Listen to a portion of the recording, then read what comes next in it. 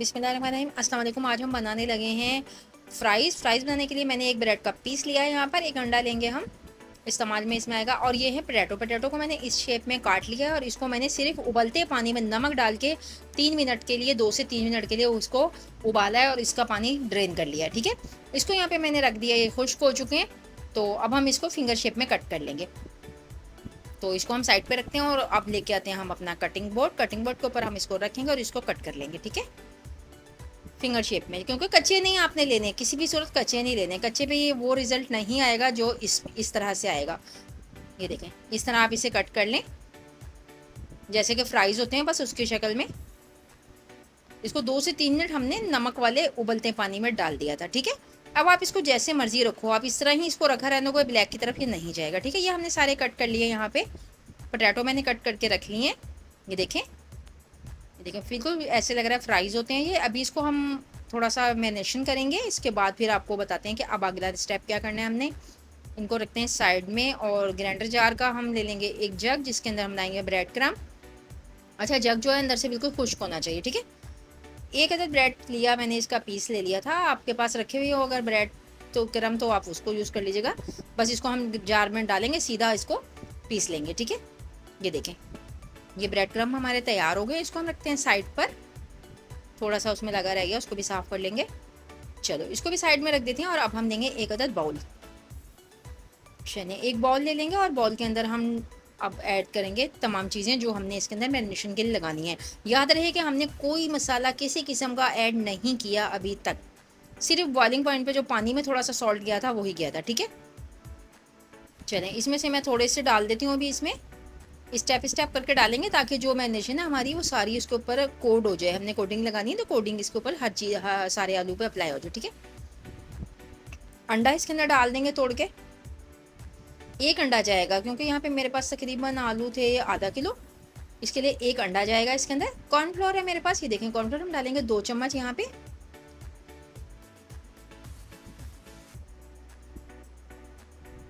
ये देखें, 2 चम्मच मैंने कॉर्नफ्लोर डाल दिए और इसको अब आप अच्छे तरीके से मिक्स करेंगे। फिंगर्स की मदद से इसको ना मिक्स कीजिएगा, बेहतर होगा कि आप इसको किसी स्पूंस की मदद से ही मिक्स कीजिएगा, जिस तरह मैं कर रही हूँ। ठीक है, अच्छे से मिला लेना इनको। अभी ये बिल्कुल इसके अंदर वाटरी फॉर्म पे है, इसलिए हम इसमें और भी डाल देंगे, बट मैंने आधे आधे करके इसलिए मिलाया ताकि अच्छे तरीके से मिक्स हो जाए। ठीक है, हर आलू के ऊपर हमारी कोटिंग जो है अच्छे से लग जाएगी। हमने बाकी वाले आलू भी इसके अंदर डाल दिए और ऊपर से दोबारा से डाला मैंने कॉर्नफ्लोर हम डालेंगे यहाँ पे 2 टेबल स्पून मज़ीद। इसको फिर से हिला लेंगे, अच्छे से यहाँ पे हिलाना है इसको ताकि ये हमारा जो है अच्छे से मैश हो जाए, एक एक चीज़ के ऊपर कोटिंग लग जाए। आप चाहो तो इसको हल्के हल्के हाथों से ऊपर नीचे उछाल उछाल के जैसे करते हैं ना, कई लोगों को तरीका तजर्बा होता है, वो कर सकते हैं, तो आप भी कर सकते हैं, तो कर लीजिएगा। यहाँ पे हम डालेंगे इसके अंदर जर्दे का colour, food colour, good colour के लिए थोड़ा सा जाएगा, बिल्कुल 1 पिंच के करीब। इसको भी अच्छे से मिला लेंगे, बिल्कुल पोले पोले नरम नरम हाथों से आपने मिलाना है, क्योंकि हल्के से उबले हुए आलू, ज़्यादा नहीं उबले हुए, तकरीबन 50% भी ये कुक नहीं हुए हुए इस तरह। उबालने का मेन मकसद सिर्फ ये होता है कि स्टिकी बनते हैं और उसके बाद इसके अंदर ये होता है कि जब आप इस तरह से लगाते हो ना ये पानी छोड़ेंगे। अभी आपने इसमें कोई मसाला वगैरह नहीं मिलाना, ना नमक, ना मिर्ची, ना कोई चाट मसाला, कोई भी चीज़ नहीं मिलेगी। ठीक है, अच्छे से हमने इसको कर दिया मिक्स। अब इसके अंदर डाल देंगे हम वो वाले ब्रेड क्रम्ब जो हमने बनाए थे। इसको भी हमने वही तरीका इख्तियार करना है, थोड़ा थोड़ा डालते जाना है, मिलाते जाना है। ठीक है, थोड़ा सा डाल दिया हमने, हर तरफ से अलट पलट के इसको इसके ऊपर नीचे कर दिया ताकि ये सब में अच्छे तरीके से कोट हो जाए।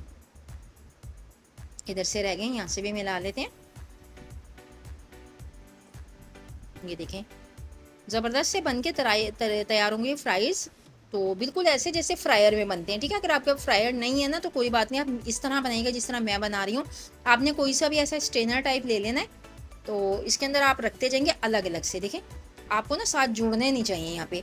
और मीडियम फ्लेम पे हमारा जो ऑयल है वो हीटअप हुआ हुआ है। इसके अंदर हम ऑयल ज़रा ज़्यादा जाएगा ताकि ये डिप हो जाए। ठीक है, इसमें ये इस तरीके से डिप हो जाए। जस्ट 1 मिनट हमने इसको देना है यहाँ पे, सिर्फ 1 मिनट इस तरीके से हल्का सा ढक्कन दे देंगे और बस 1 मिनट, ताकि ना ये जो है एक दूसरे के साथ चिपकेंगे नहीं। फिर हम इसको कढ़ाई में ही कन्वर्ट कर देंगे, कढ़ाई में यानी पलट देंगे, डाल देंगे। ठीक है,